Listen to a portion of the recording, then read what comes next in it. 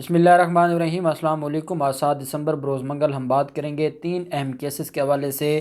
شہباز شریف کی بیٹی بھی ایک اور کیس میں اشتہاری ہو گئی ہے اور اشتہارات عدالت نے حکم جاری کی ہے کہ شریف خاندان کے سارے گھروں کے باہر چسپاں کر دیے جائیں، بتا دیا جائے کہ یہ اشتہاریوں کا گھر ہے اور اب ان کی بیٹیاں بھی اشتہاری ہونا شروع ہو گئی ہیں۔ یہ وہ کیس ہے جس میں شہباز شریف دعویٰ کرتے ہیں کہ میں نے اپنے خاندان کے کاروبار کو نقصان پہنچایا اور خود میں نے قوم کی خدمت کی، لیکن حقیقت یہ ہے کہ اپنی بیٹی، بیٹوں اور نواسوں کو نوازنے میں ملوث رہے شہباز شریف۔ آج بڑے اہم کیس کی، اور یہ نیا کیس ہے شہباز شریف خاندان کے خلاف جس میں اس کی بیٹی کے خلاف کارروائی ہوئی ہے۔ بڑی اہم تفصیلات ہیں۔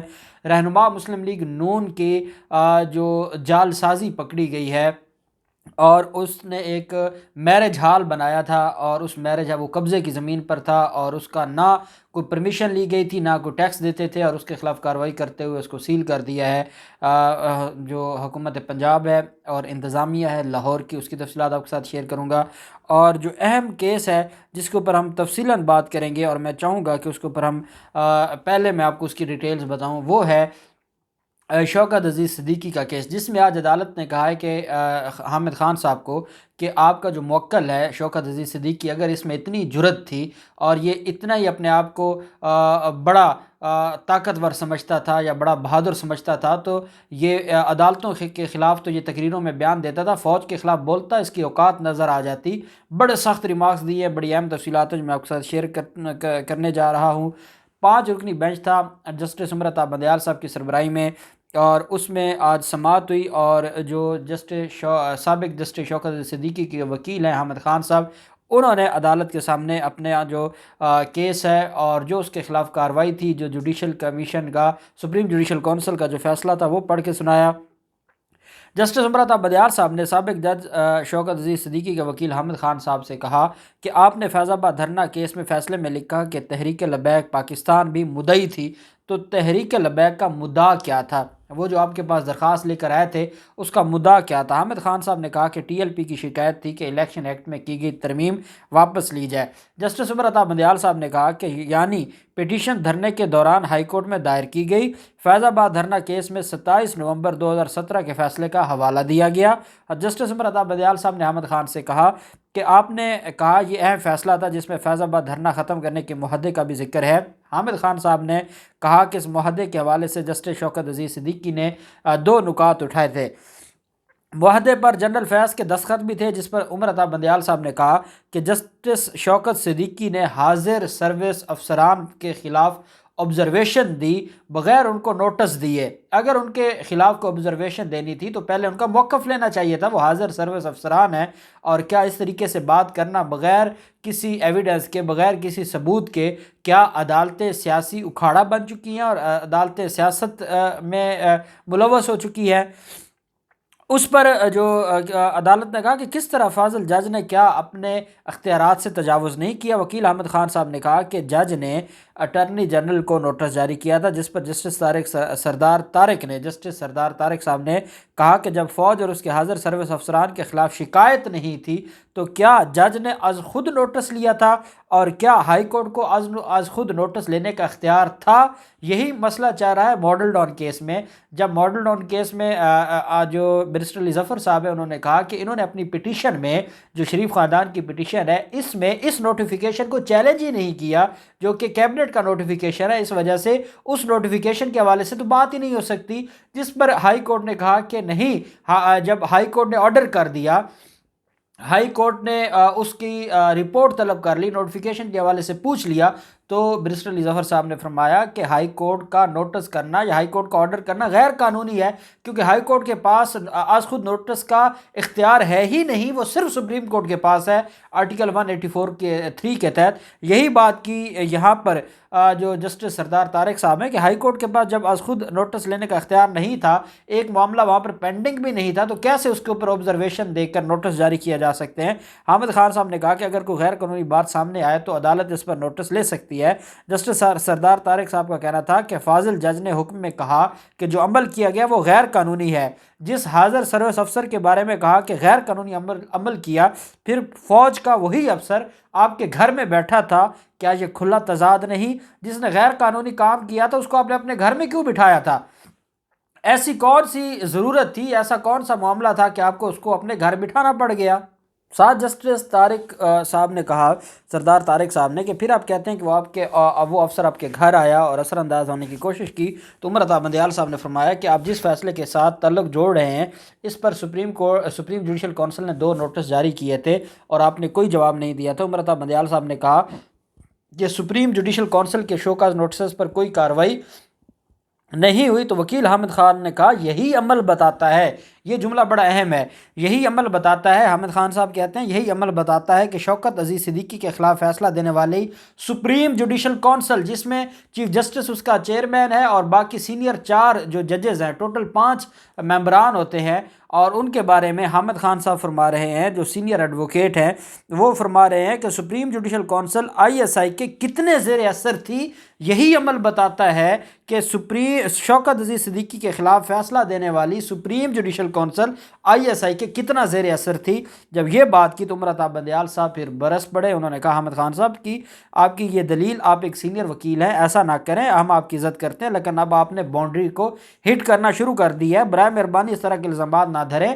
جس نے عمر عطا بندیال صاحب نے کہا کہ ہم کہتے ہیں ہمارے فیصلوں کو چاہے جتنا تنقید کا نشانہ بنائیں، فیصلوں کے پیچھے جا کر ججوں پر الزامات نہ لگائیں۔ عدالت نے کہا کہ جج بول نہیں سکتے، ان کا کوئی PRO بھی نہیں ہوتا، میں بھی سپریم جوڈیشل کونسل کا ممبر ہوں، میں رکن ہوں۔ جس پر حامد خان صاحب نے کہا کہ اس وقت کی سپریم جوڈیشل کونسل میں آپ نہیں تھے۔ عمر عطا بندیال صاحب نے حامد خان کو مخاطب کرتے ہوئے کہا کہ محترم، آپ کے موکل نے تقریر عدلیہ کے خلاف کی، فوج کے خلاف کرتے تو پتہ چل جاتا ان کا کتنا زور ہے۔ بڑے خوبصورت ریمارکس دیے عمر عطا بندیال صاحب نے کہ آپ کا جو موکل ہے عزیز صدیقی، شوکت عزیز صدیقی، اس نے تقریر عدلیہ کے خلاف کی ہے، فوج کے خلاف کرتے تو پتہ چل جاتا کہ ان کا کتنا زور ہے۔ جس پر حامد خان نے کہا کہ میرے موکل نے عدلیہ کے حق میں بات کی ہے۔ بینچ کے سربراہ نے کہا آپ کے موکل نے تقریر میں حدود سے تجاوز کیا ہے۔ جسٹس مظہر عالم میاں خیل صاحب نے فرمایا کہ تقریر کرنے پر شو کاز آیا، تقریر نہ ہوتی تو شو کاز نہ ہوتا۔ جسٹس اعجاز الحسن صاحب نے فرمایا کہ جج کی بار یا پبلک فورم پر تقریر حدود و قیود کے اندر ہوتی ہے، بطور جج ایسی تقاریر کرنا ہمارا کام نہیں ہے۔ سپریم جوڈیشل کونسل نے کہا کہ بطور ہائی کورٹ کے جج جو تقریر کی وہ مس کنڈکٹ ہے۔ وکیل حامد خان صاحب نے کہا کہ جسٹس M R کیانی نے مارشل لا کے خلاف تقاریر کی تھی، وکلا تحریک کے دوران چیف جسٹس نے بھی بار کونسلز میں جا کے تقاریر کی۔ جسٹس سردار طارق صاحب نے کہا کہ جسٹس M R کیانی نے اپنے ادارے کی تضحیق نہیں کی تھی۔ حامد خان نے دلائل دیتے ہوئے کہا کہ آئین کسی جج کو نکالنے سے پہلے انکوائری لازمی قرار دیتا ہے، آئین کے آرٹیکل 209 کے تحت الزامات کی انکوائری ضروری ہے۔ اسلام آباد ہائی کورٹ کے سابق جج شوکت عزیز صدیقی کے وکیل حامد خان نے کہا کہ انکوائری کے بغیر جج کو نکالنے کی مثال نہیں ملتی، اور نہ ہی کسی بھی جج کو کہ اس طرح مثال نہیں بنانی چاہیے کہ بغیر انکوائری کے اس کو نکال دیا جائے۔ عدالت نے اس کیس کے اوپر آج سماعت مکمل کی، مزید جو سماعت ہے اس کے لیے آئندہ ہفتے تک کے لیے سماعت کو ملتوی کیا گیا، اور اب یہ معاملہ اگلے ہفتے پر چلا گیا، اور اگلے ہفتے کیا ہوتا ہے اس کی تفصیلات بھی میں آپ کے ساتھ شیئر کروں گا۔ رہنما مسلم لیگ نون بلال یاسین، جو کہ پاکستان مسلم لیگ نون کے سینئر رہنما ہیں، ان کے خلاف اینٹی کرپشن اور LDA کی بڑی کارروائی ہوئی، اور اس کی جو مارکی اور میرج ہال تھا اس کو سیل کیا گیا۔ اس میں جو ڈی سی لاہور نے DG اینٹی کرپشن کو ریفرنس بھیجا تھا، جس کے مطابق میرج ہال اور مارکی کی سائٹ میپ کی منظوری نہیں دی گئی تھی۔ DC لاہور کے مطابق بلال یاسین نے سرکار کے 87,44,44,000 روپے کے وہ نادہندہ ہیں۔ اینٹی کرپشن حکام کا کہنا تھا کہ کمرشلائزیشن فیس کی عدم ادائیگی کے سبب خزانے کو 85 لاکھ کا نقصان ہوا۔ بلال یاسین کی مارکی میپ فیس کی مد میں 2 لاکھ کی نادہندہ ہے، اس بنیاد پر اس کی مارکی کو اور میرج ہال کو سیل کر دیا گیا۔ یہ MPA بھی ہیں پاکستان مسلم لیگ نون کے، بلال یاسین، اور لاہور میں سینئر رہنما ہیں۔ انہوں نے الزام لگایا ہے کہ مجھے سیاسی انتقام کا نشانہ بنایا جا رہا ہے، اور میرے خلاف 85 لاکھ کا بل بھیج دیا ہے، جرمانہ کر دیا، اور میری مارکی اور میرج ہال کو سیل کر دیا گیا ہے، اور یہ میرے ساتھ زیادتی کی گئی ہے۔ شہباز شریف کی بیٹی کو ایک اور کیس میں، ایک تو صاف پانی کیس میں پہلے ہی رابعہ عمران اور علی عمران اشتہاری ہیں اور ان کے خلاف کارروائی جاری ہے، وہیں پہ ایک اور کیس میں ان کے خلاف کارروائی شروع کر دی ہے۔ عدالت نے شہباز شریف کی بیٹی کے خلاف لاہور میں پنجاب پاور ڈیولپمنٹ کمپنی ایرا اور سرکاری محکموں کے فنڈز کی خرد برد کیس کی سماعت ہوئی۔ کیسے پنجاب حکومت کا وزیر اعلیٰ اپنی بیٹیوں کو اتنے اختیارات دیتا تھا کہ وہ ان سارے معاملات میں خود برد کرتے تھے۔ شہباز شریف کی بیٹی رابعہ عمران کے خلاف آج اشتہار جاری کر دیا ہے۔ اس کیس میں ملزمہ رابعہ عمران کو 13 دسمبر تک پیش ہونے کی حتمی مہلت دی گئی ہے۔ عدالت نے شہباز شریف کی بیٹی کا جو اشتہار ہے وہ شریف خاندان کی جتنی بھی رہائش گاہیں ہیں اور احاطہ عدالت میں اویزہ کرنے کا حکم دیا۔ عدالت نے نیب کے تفتیشی افسر کو اشتہارات اویزہ کر کے اس کی جو عمل درآمد رپورٹ ہے وہ پیش کرنے کا حکم دیا۔ احتساب عدالت میں رابعہ عمران سمیت دیگر ملزمان کے خلاف ریفرنس فائل کیا گیا تھا۔ ریفرنس میں منی لانڈرنگ ایکٹ کی دفعات کے تحت جو مقدمہ درج کیا گیا تھا۔ رابعہ عمران پر بطور مالک فاطمہ ڈیولپرز کی مالکہ کے طور پر مالی فوائد حاصل کرنے کا الزام تھا۔ Earthquake reconstruction and rehabilitation authority کے فنڈز فاطمہ ڈیولپرز کو منتقل کیے گئے۔ رابعہ کی مسلسل عدم پیشی پر اشتہاری کی کارروائی شروع کی گئی۔ یہ وہ کیس ہے جس میں ان کے خلاف الزام آتا ہے کہ یہ زلزلہ زدگان کے پیسے بھی ہڑپ کر گئے تھے۔ وہ جو پیسے تھے جو earthquake reconstruction and rehabilitation authority کے تھے وہ فنڈز فاطمہ ڈیولپرز کو ٹرانسفر کیے گئے، اور فاطمہ ڈیولپرز کس کی تھی؟ رابعہ عمران کی تھی، جو کہ شہباز شریف کی بیٹی ہے۔ اس میں منی لانڈرنگ کا اور جو فنڈز ہے خود برد کرنے کا الزام تھا۔